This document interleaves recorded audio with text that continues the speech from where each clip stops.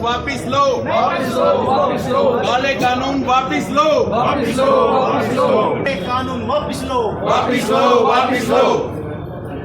Live तस्वीरें आप देख रही हैं कैथल के लघु सचिवालय से, जहां जिला बार एसोसिएशन से जुड़े तमाम जो वकील हैं कैथल डीसी से मिलने पहुंचे हैं। आपको बता दें 1 जुलाई 2024 से पूरे भारत देश में 3 नए आपराधिक कानून लागू हो गए हैं।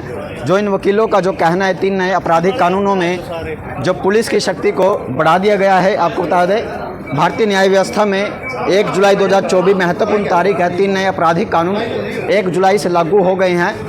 आपको बता दें 3 नए आपराधिक कानूनों में भारतीय न्याय संहिता, भारतीय नागरिक सुरक्षा संहिता और भारतीय साक्ष्य अधिनियम शामिल हैं।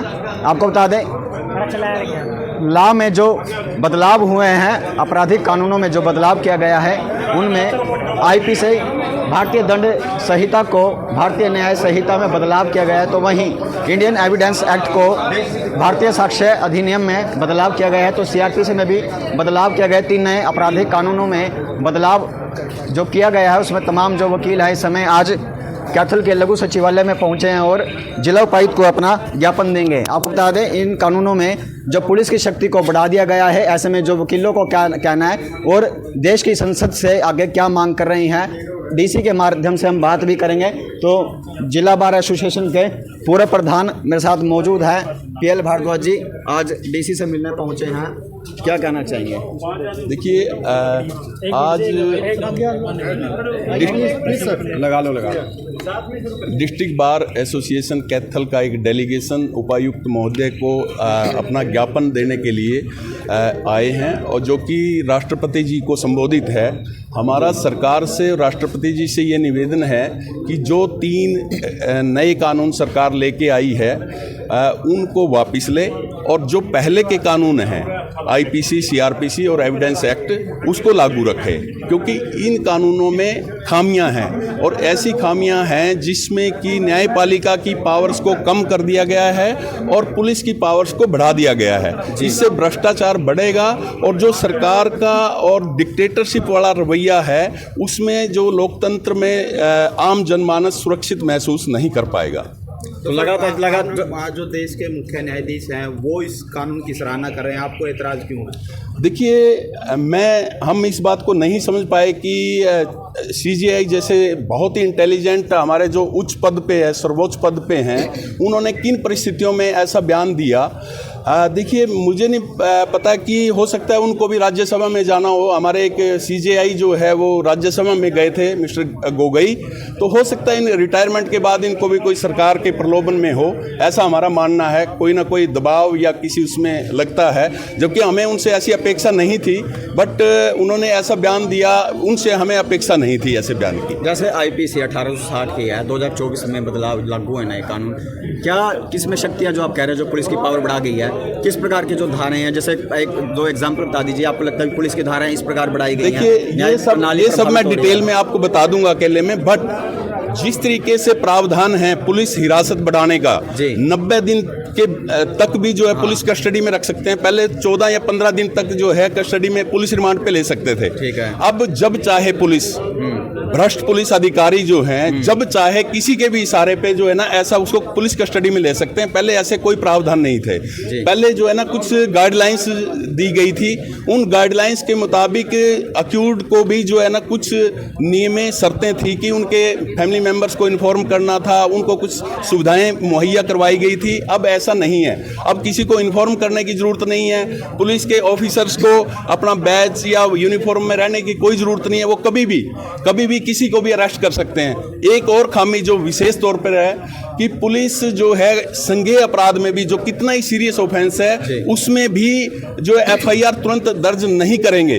ऐसा प्रावधान दिया कि उनमें जांच बैठाई जाएगी, जांच करेंगे, इंक्वायरी करेंगे। हमारे सीनियर एडवोकेट्स यहाँ पे उपस्थित हैं, सभी ने उसको अध्ययन किया, कानूनों को पढ़ा, पहले वाले कानून और अब में, उनमें हमने तुलना करी और पाया कि ये कानून जो है लोकतंत्र में, डेमोक्रेसी में आम जन के लिए सेफ नहीं है, सुरक्षित नहीं है आम जनमानस। तो जैसे प्रैक्टिस कर रहे हैं जो वकील इतने सालों से, अचानक कानूनों में तब्दील कर दिया गया है, धाराएं बदल दी गई हैं, कितना इफेक्ट पड़ने वाला है? देखिए ये कानून कब बनाए, विपक्ष के 146 सांसदों को निलंबित करके पार्लियामेंट से बाहर घसीटकर उनकी अब्सेंस में ये कानून बनाए गए। ना कोई चर्चा की गई, ना कोई किसी पे विचार विमर्श किया गया, ना किसी लीडर ऑफ अपोजिशन को विश्वास में लिया गया। बिना बहस के, बिना चर्चा के देशवासियों के साथ एक धोखा किया सरकार ने। हमें सरकार से जो है ये मांग करते हैं कि इन 3 जो कानून हैं, ये जो फिर से 3 कानून लेके आए, जो पहले कृषि कानून लेके आए थे उनको वापस लिया। अब जो है अब फिर 3 कानून ये जो है बिना बहस के, बिना किसी उसके जो है एकदम से जो है ना लागू कर दिए 1 जुलाई से। उसका हम विरोध करने के लिए यहाँ सभी एडवोकेट्स जो हैं आए हैं। और जो है आपसे भी ये कि आप जनमानस को बताएं कि ये जो कानून हैं ये जन विरोधी हैं, जनहित में नहीं है। जो 3 नए कानून 3 नए कानून बनाए गए हैं, आज आप डीसी के पास पहुंचे हैं, आपको लगता है संसद इन कानून को दोबारा वापसी लेगी? देखिए, हमारा काम है विरोध करना, प्रोटेस्ट करना, और सरकार क्या करती है क्या नहीं करती है हम जरूर अपनी कोशिश करेंगे। सड़कों पे आएंगे, अपनी बार काउंसिल को हम जो अप्रोच करेंगे, बार काउंसिल ऑफ इंडिया को करेंगे, और जो भी हमारे से बन पाएगा हम हमारे जो सीनियर स्टेट के लीडर्स हैं और जो ऑल इंडिया के लीडर्स हैं उनसे डिस्कस करके, उनसे सलाह मशवरा करके हम आगे की रूपरेखा बनाएंगे। तो हरियाणा में और जगह भी प्रोटेस्ट करेगी जिला बार एसोसिएशन? देखिए, पूरे हिंदुस्तान में, वेस्ट बंगाल में, पंजाब में, दिल्ली में, मध्य प्रदेश में, यूपी में, बहुत सारे स्टेट्स में जो है एजिटेशन चल रहा है। आज कई जगह पे वर्क सस्पेंड भी है जी।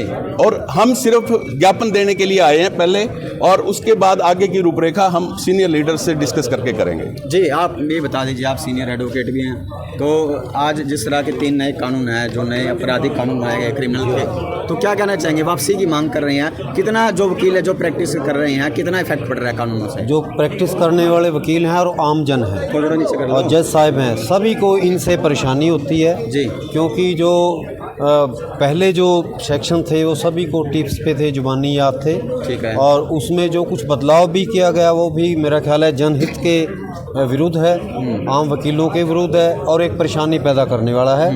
इनमें इतनी अगर कुछ अमेंडमेंट करनी थी या कुछ सुधार करना था, उसके तरीके बहुत अच्छे दूसरे थे।